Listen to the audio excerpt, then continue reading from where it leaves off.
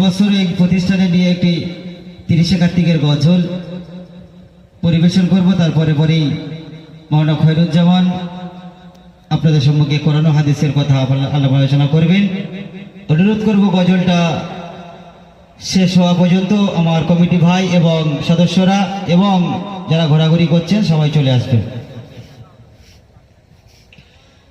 আজ 30 কার্তিকের শেষ তারিখে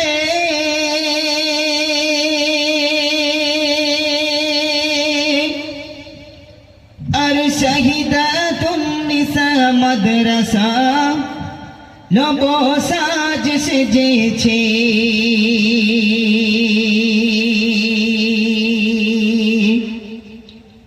আজ 30 কার্তিকের শেষ